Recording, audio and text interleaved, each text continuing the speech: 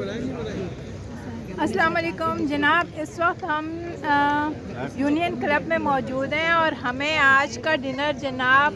بشیر صدوزئی صاحب کی طرف سے دیا گیا ہے۔ اس میں تمام آرٹسٹ موجود ہیں اور بشیر صدوزئی صاحب سامنے تشریف فرما ہے۔ بشیر صاحب نے بڑا زبردست اس ڈرامے کو لکھا اور ہمارے سب آرٹسٹ یہاں پہ موجود ہیں۔ ایک لیوش قسم کا یہاں پہ ڈنر دیا گیا، پوری ٹیم یہاں پہ موجود ہے۔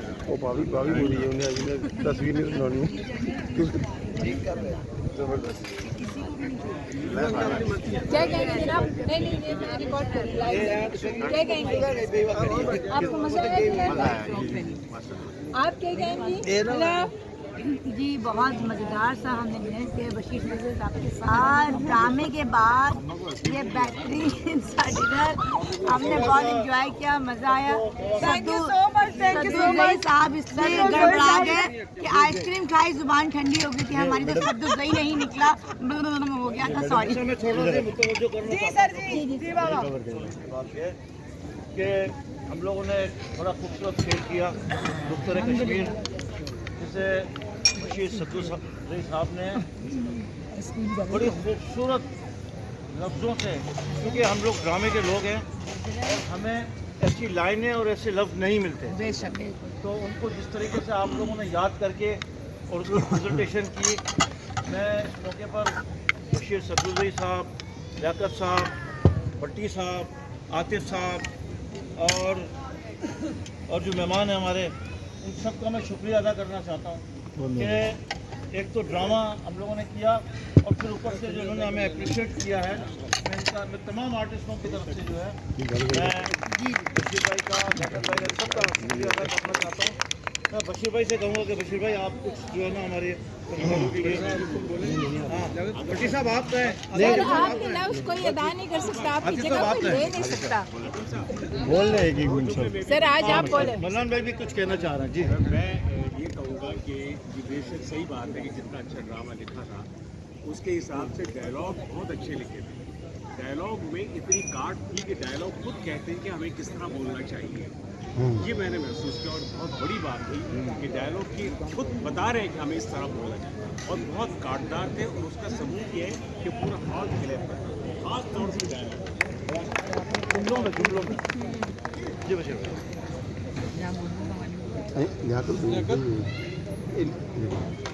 بھائی آپ یہ بولیں آپ آ جائیں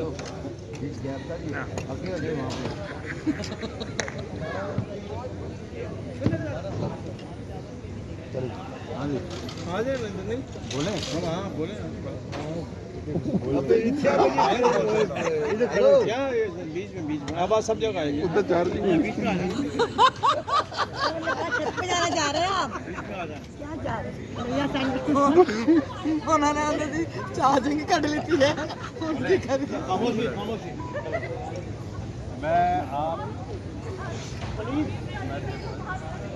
میں بشیر صدوزئی کی جانب سے، عبد البٹی کی جانب سے، سردار عاطف کی جانب سے اور اپنی جانب سے ادھر مڑے نا آپ سب لوگ کو کہہ دیا، آپ لوگوں نے کھانا کھایا۔ یہ جو خوبصورت شام ہے، یہ اس کا مقصد یہ تھا کہ دوسری قسم ہمارا خوبصورت اور کامیاب پلے جو ہوا ہے، جس کو پوری دنیا میں، کراچی میں تو ہوئی لیکن جو آپ کو پتہ ہے آج سوشل میڈیا کا دور ہے، پوری دنیا میں اس کی پذیرائی ہوئی ہے، اور کشمیر میں جو ہمارے کشمیری بھائی ہیں، وہ کشمیری بھائی جو وہ محکوم ہیں، مظلوم ہیں، جو بربریت کا شکار ہے، انہوں نے بھی زبردست اس کو جو ہے نا وہ اپریشیٹ کیا ہے۔ تو میں آج کی شام کی مناسبت سے آپ سب لوگوں کا بہت مشکور ہوں کہ آپ لوگوں نے تھوڑا سا وقت نکالا، سے آرٹسٹ ہوئی ہے، لیکن اس کے باوجود آپ نے ٹائم نکالا۔ میں ایک مرتبہ آپ سب لوگوں کی آپ کا بہت مشکور ہوں کہ آپ لوگوں نے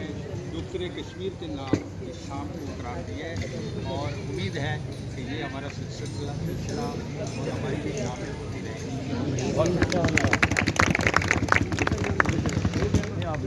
اپنا بولنا ضروری ہے آپ کے جملوں پر تو ہم لوگ سارے یہ سر میں نے تو آج تک ایسے جملے